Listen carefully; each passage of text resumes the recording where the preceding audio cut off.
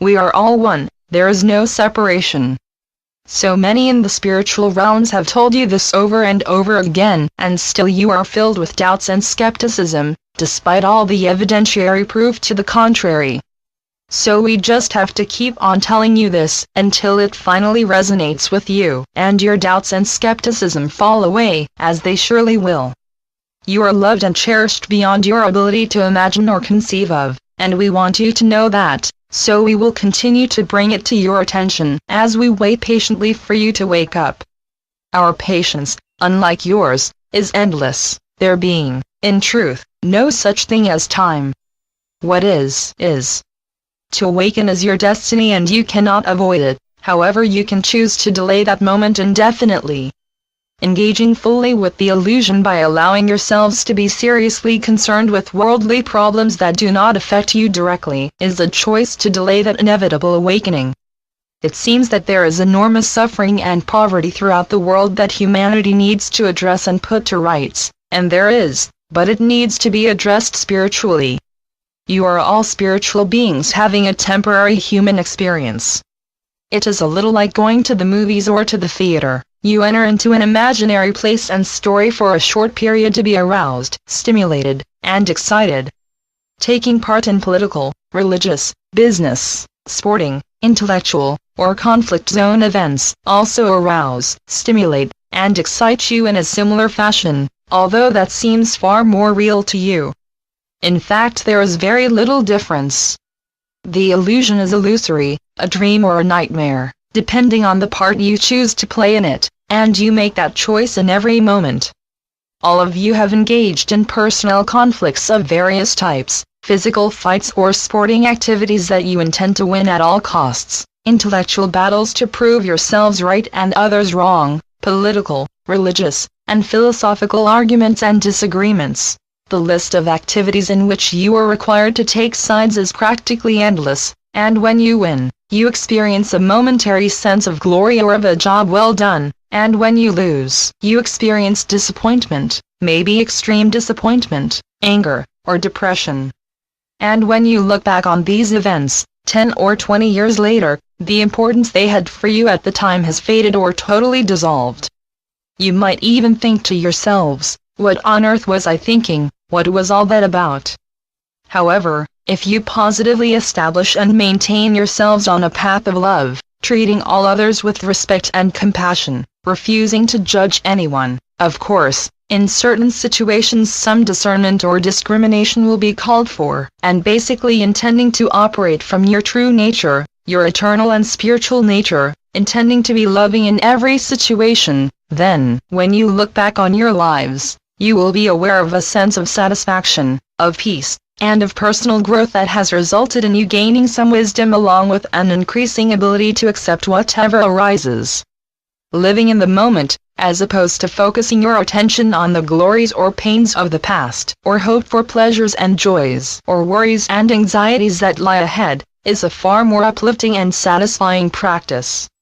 Remember, before you incarnated as a human, you laid out a life path that would constantly present you with the lessons that you had chosen to learn.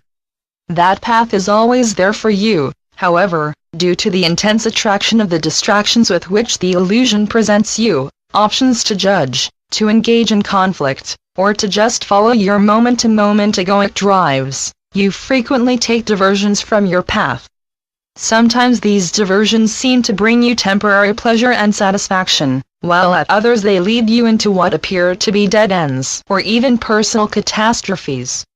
But always what arises is a nudge or opportunity to return to your path.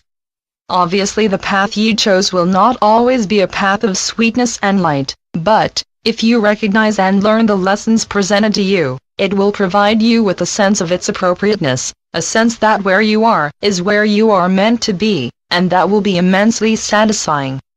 Generally speaking, if you are consistently experiencing pain and suffering, you are being guided to change direction. Even if it is not possible for you to change the outer environment or situation in which you find yourselves, you most certainly can change your perception of it. In other words, you can call on your spiritual guides for help in understanding the lessons being presented to you, and for assistance in accepting with good grace whatever arises. Whatever the situations in which you find yourselves embroiled, if you make the choice and the intent to be loving, accepting, and forgiving, of yourselves as well as of others, you will find that your perception does change, enabling you to deal far more positively with what is arising. Truly, to make the most of your experiences as a human on earth, all you need do is to accept, without judgment, whatever arises, and accept that there is a lesson for you here that you have chosen to receive. As I keep reiterating, love is always the answer whatever the issue. If you are unable to feel loving, that is a very strong signal that you need to withdraw, to go within and settle into your innermost holy sanctuary. Every one of you has a holy innermost sanctuary, and then ask us, your loving guides and mentors in the spiritual realms, for assistance in finding the peace that resides within you.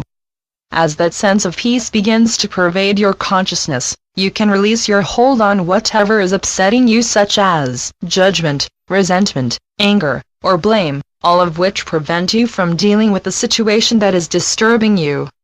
Obviously, if it has brought you suffering, the suffering may take time to dissipate, much like grief, which can only be accepted and lived through. You have the saying, "This too will pass," and surely it will. If you can intend to be patient, which is difficult in a world where everything appears to have needed to have been done yesterday, and allow yourselves a few moments in which you take a few very deep breaths, you will experience an easing of the stress that you are undergoing. Then a knowing that you can cope will arise, and options that you had not seen or ignored will present themselves to you. Be kind, loving, and forgiving to yourselves daily. Do not castigate yourselves for errors or missed opportunities. Instead, remind yourselves that you are exactly where you are supposed to be, where you have chosen to be, and that your guides are with you in every moment, waiting to flood your hearts with love when you choose to invite them in. The only reason you feel unloved is because in your fearful unacceptance of the fact that you are a divine being, a beloved child of God, you close your hearts as a defense against suffering and pain. Open your hearts. Love envelops you in every moment, waiting for the opportunity to embrace and enfold you when you choose to allow it to do so, instead of focusing on how unfairly you believe that you have been treated. Focusing there is self-defeating when you could instead be enjoying an uplifting and inspiring divine hug.